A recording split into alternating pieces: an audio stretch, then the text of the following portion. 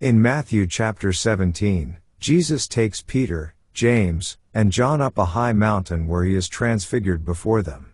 His face shines like the sun, and his clothes become dazzling white. Moses and Elijah appear, talking with Jesus. This glorious vision reveals Jesus' divine nature and his fulfillment of the law and the prophets. Peter, overwhelmed, offers to make 3 tabernacles for Jesus, Moses, and Elijah, but a bright cloud overshadows them, and God's voice from the cloud declares, "This is my beloved Son, in whom I am well pleased, hear ye him."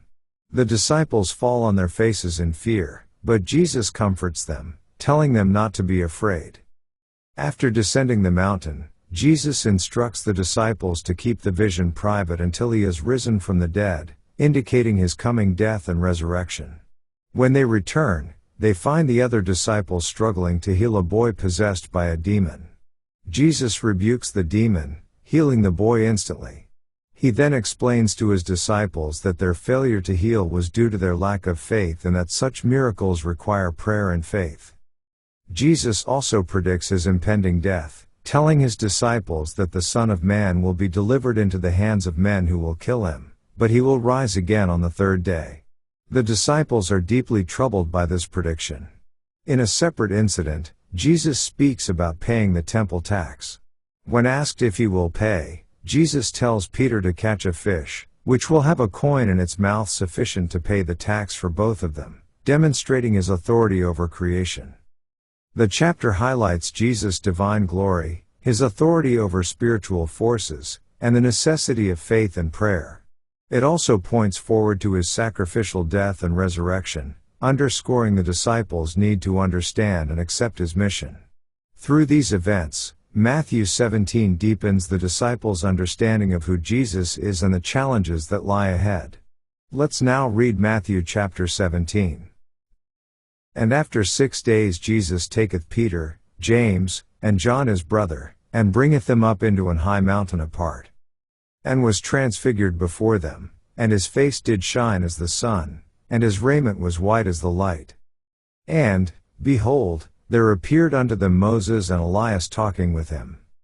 Then answered Peter, and said unto Jesus, Lord, it is good for us to be here. If thou wilt, let us make here 3 tabernacles, one for thee, and one for Moses, and one for Elias. While he yet spake, behold, a bright cloud overshadowed them. And behold a voice out of the cloud, which said, This is my beloved Son, in whom I am well pleased, hear ye him. And when the disciples heard it, they fell on their face, and were sore afraid. And Jesus came and touched them, and said, Arise, and be not afraid. And when they had lifted up their eyes, they saw no man, save Jesus only. And as they came down from the mountain, Jesus charged them, saying, Tell the vision to no man, until the Son of Man be risen again from the dead. And his disciples asked him, saying, Why then say the scribes that Elias must first come? And Jesus answered and said unto them, Elias truly shall first come, and restore all things. But I say unto you, that Elias is come already, and they knew him not, but have done unto him whatsoever they listed.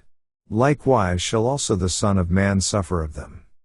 Then the disciples understood that he spake unto them of John the Baptist. And when they were come to the multitude, there came to him a certain man, kneeling down to him, and saying, Lord, have mercy on my son, for he is lunatic, and sore vexed, for ofttimes he falleth into the fire, and oft into the water. And I brought him to thy disciples, and they could not cure him. Then Jesus answered and said, O faithless and perverse generation, how long shall I be with you? How long shall I suffer you? Bring him hither to me. And Jesus rebuked the devil, and he departed out of him, and the child was cured from that very hour. Then came the disciples to Jesus apart, and said, Why could not we cast him out? And Jesus said unto them, Because of your unbelief, for verily I say unto you, if ye have faith as a grain of mustard seed, ye shall say unto this mountain, Remove hence to yonder place, and it shall remove, and nothing shall be impossible unto you. Howbeit this kind goeth not out but by prayer and fasting. And while they abode in Galilee, Jesus said unto them, The Son of Man shall be betrayed into the hands of men. And they shall kill him, and the third day he shall be raised again. And they were exceeding sorry. And when they were come to Capernaum, they that received tribute money came to Peter, and said, Doth not your master pay tribute? He saith, Yes. And when he was come into the house, Jesus prevented him, saying, What thinkest thou, Simon? Of whom do the kings of the earth take custom or tribute? Of their own children, or of strangers? Peter saith unto him, Of strangers. Jesus saith unto him, Then are the children free.